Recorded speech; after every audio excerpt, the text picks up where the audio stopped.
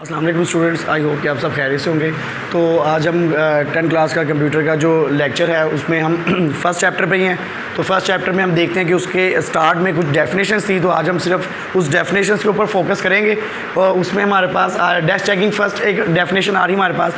Dash checking क्या है? Dash checking is the process of carefully observing the working of an algorithm. इसमें हम क्या करते हैं कि वर्किंग ऑफ एन एल्गोरिथम, और एल्गोरिथम को हम चेक करते हैं, केयरफुली ऑब्जर्व करते हैं कि एल्गोरिथम के अंदर हमने क्या क्या बनाया। और लास्ट टाइम हमने पढ़ा था कि एल्गोरिथम के अंदर हमने क्या क्या किया था। अगर एल्गोरिथम में देखें तो हमारे पास ये तीन चीज़ें आती हैं। एक हमारे पास इनपुट होता है, फिर उसमें हमारे पास एक प्रोसेस होता है इनपुट के बाद, और प्रोसेस के बाद फिर हमारे पास रिजल्ट आता है। ये तीन चीज़ें एल्गोरिथम में होना लाजमी है। तो हम क्या करते हैं, dash checking is the process of carefully observing the working of an algorithm. के एल्गोरिथम की जो वर्किंग है उसको हम केयरफुली ऑब्जर्व करते हैं कि क्या उसमें इनपुट्स जितनी चीज़ें होनी थी उसको हमने इनपुट करवा दिया है, उसमें जो काम प्रोसेस होने वाला था वो प्रोसेस हो रहा है, और जो आउटपुट हमें चाहिए थी वो हमें आउटपुट मिल रही है या नहीं मिल रही ऑन द पेपर। ये सारा काम हम पेपर के ऊपर करते हैं, ठीक है। इसको हम पेपर वर्क भी कहते हैं। नॉर्मली इसको हम पेपर के ऊपर करते हैं ताकि जो भी मिस्टेक हो वो हम पेपर के ऊपर ही उसको एक्यूरेट कर लें, उसको करेक्ट कर लें, ताकि जब हम प्रोग्राम बनाने जाएं तो वहाँ पे कोई मिस्टेक या कोई भी एरर या कोई बग हमें फेस ना करना पड़े।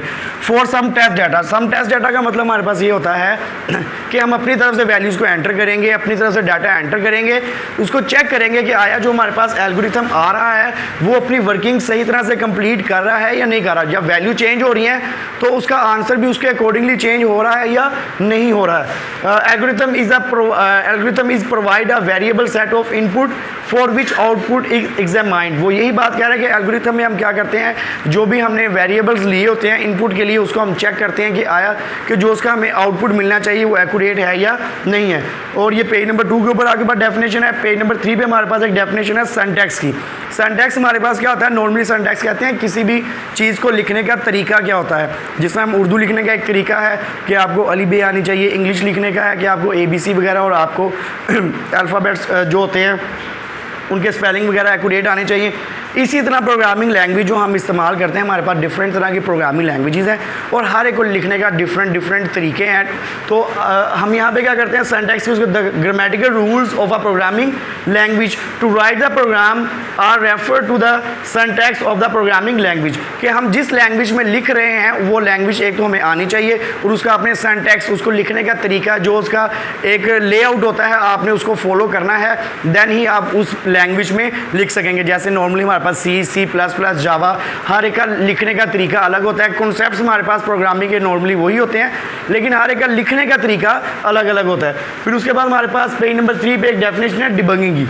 डिबगिंग हमारे पास क्या होता है, कह रहा है debugging is the process of finding and removing the error in the program. इसमें हमारे पास क्या होता है कि हम प्रोग्राम में से अपने एरर फाइंड आउट करते हैं और उसको रिमूव करते हैं। अगर कोई मिस्टेक है, कहीं एरर आ गया, हमारे पास सिंटैक्स का एरर आ गया, और नेक्स्ट हम लेक्चर में इंशाल्लाह एरर्स को डिस्कस करेंगे। तो जो एरर आते हैं उसको फाइंड करना और रिमूव कर देना इन द प्रोग्राम में से, ये हमारे पास क्या कहलाता है, डिबगिंग कहलाता है। तो आई होप कि आपको ये समझ आ गया होगा। Thank you so much.